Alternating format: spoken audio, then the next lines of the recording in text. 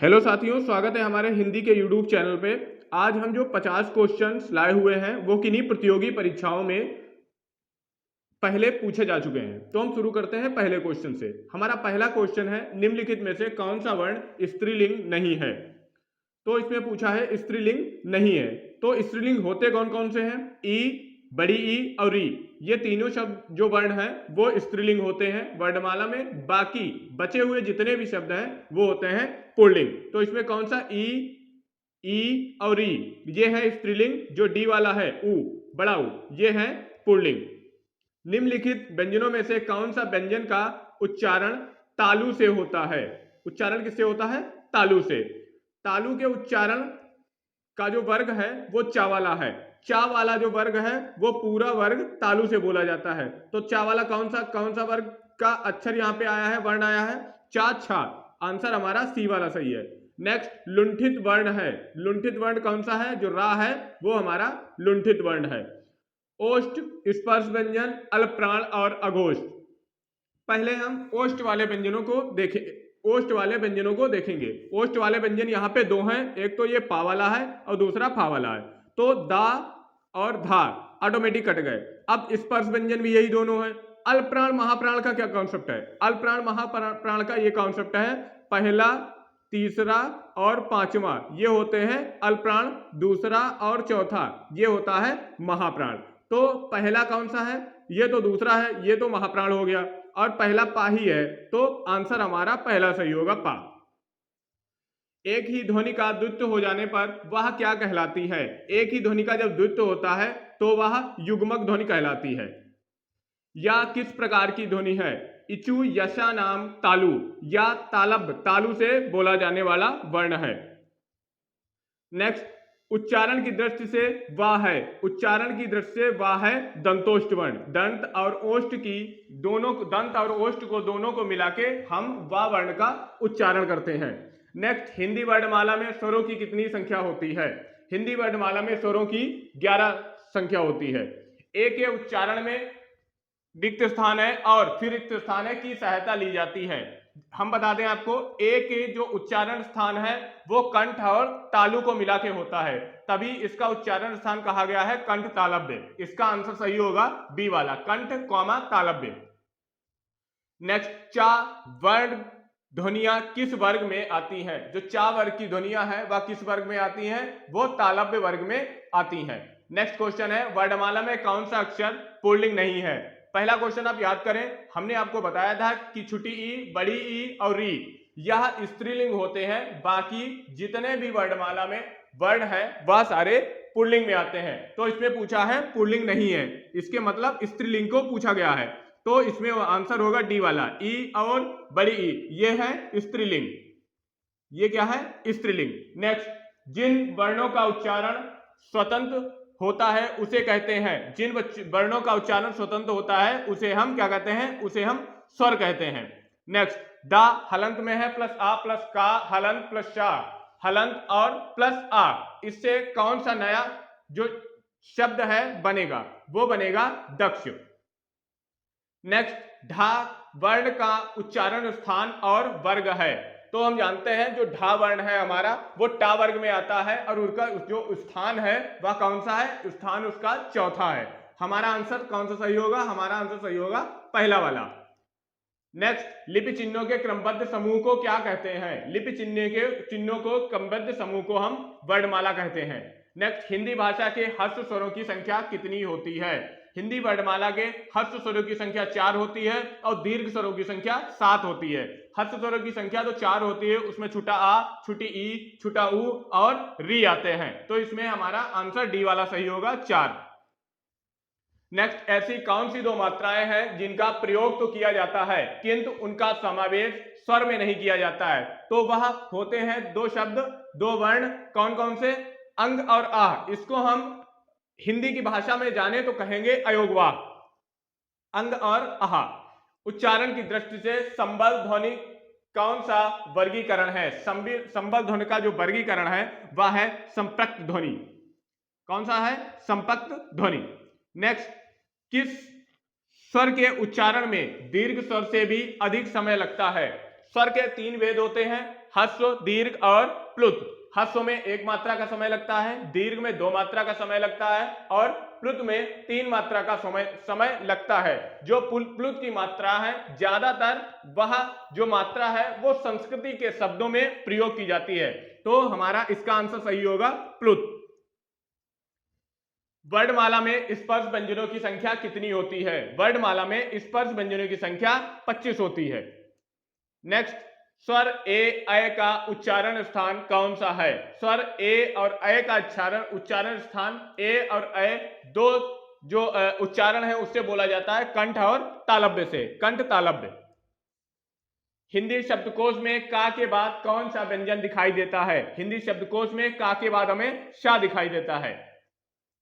हिंदी भाषा की सार्थक लघुत्तम इकाई किसे मानी गई है? हिंदी भाषा की सार्थक लघुत्तम जो इकाई है वो शब्द को मानी गई है।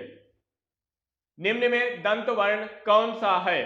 निम्न में दंत वर्ण कौन सा है? जो पा है वह तो ओष्ठ है, पा क्या है? ओष्ठ। हा का क्या है? काकल्य। टा, टा क्या है? मूर्धा।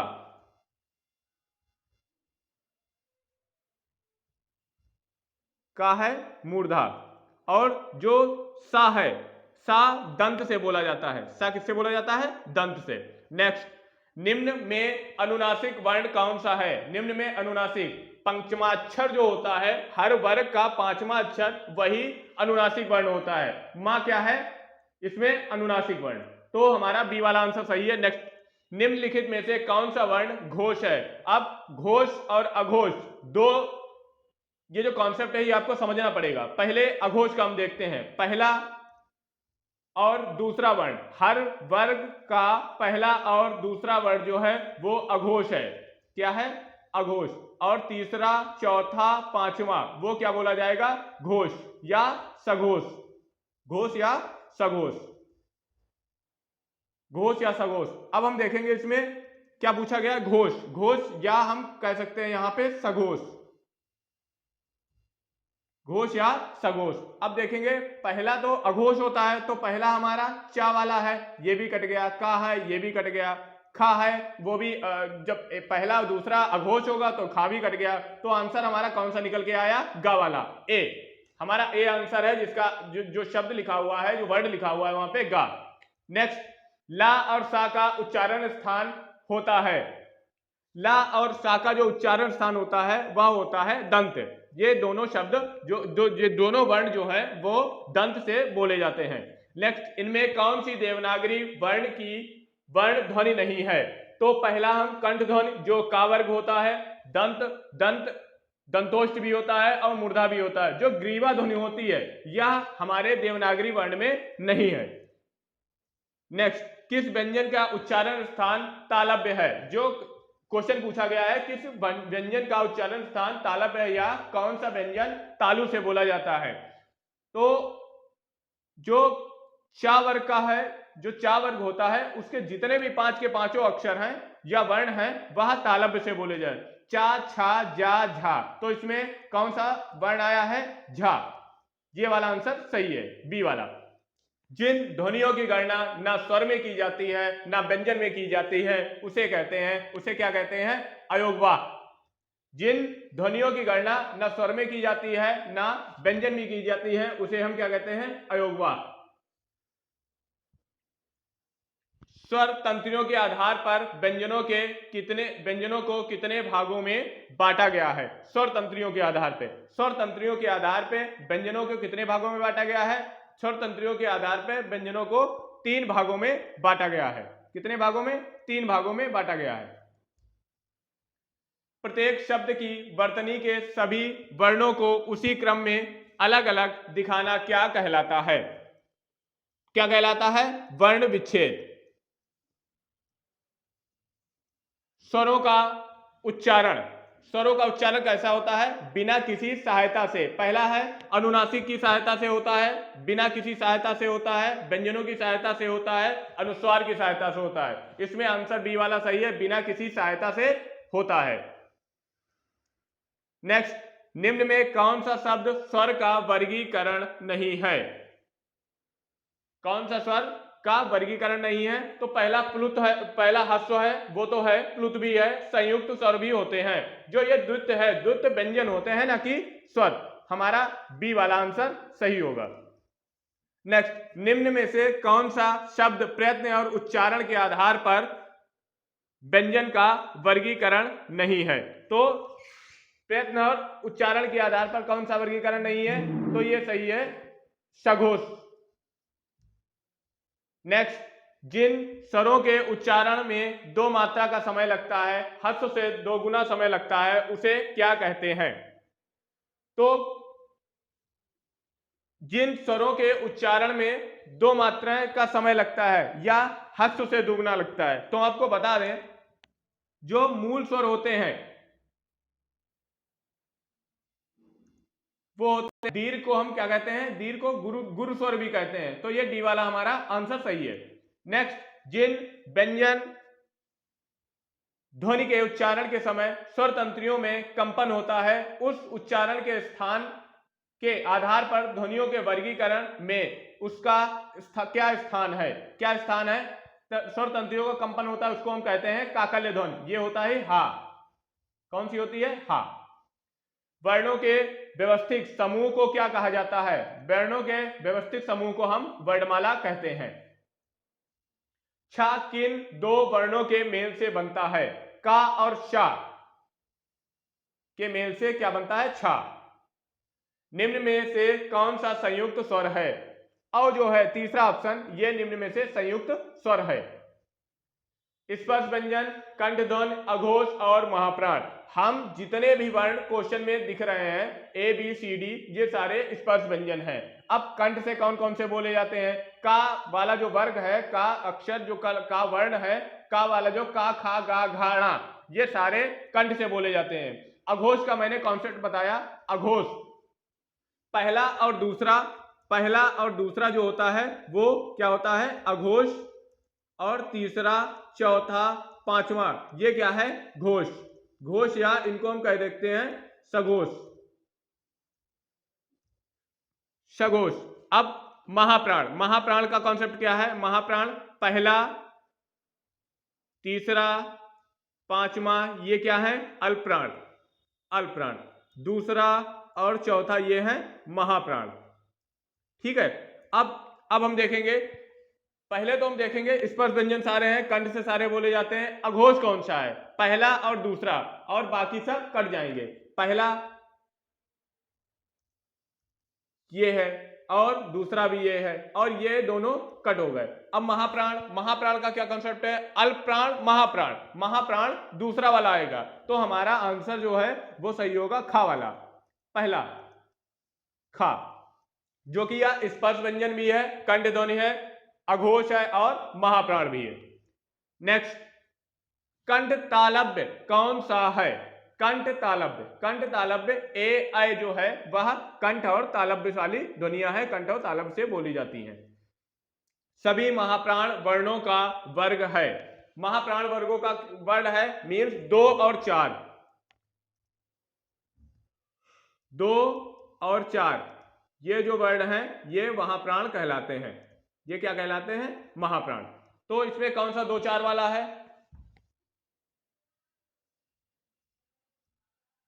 ता, था, दा, धा, पहला, चा, ये रॉन्ग। पहला इसमें भी आ गया ना, खा, चा, छा, टा, ठा। हाँ, सी वाला आंसर आपका सही है। ये इसमें जो वर्ण दिए गए हैं वो सारे महाप्राण हैं। जब एक ध्वनि का द्वित्व हो जाता है तो वह क्या कहलाती है? तो वह कहलाती है युग्मक ध्वनि।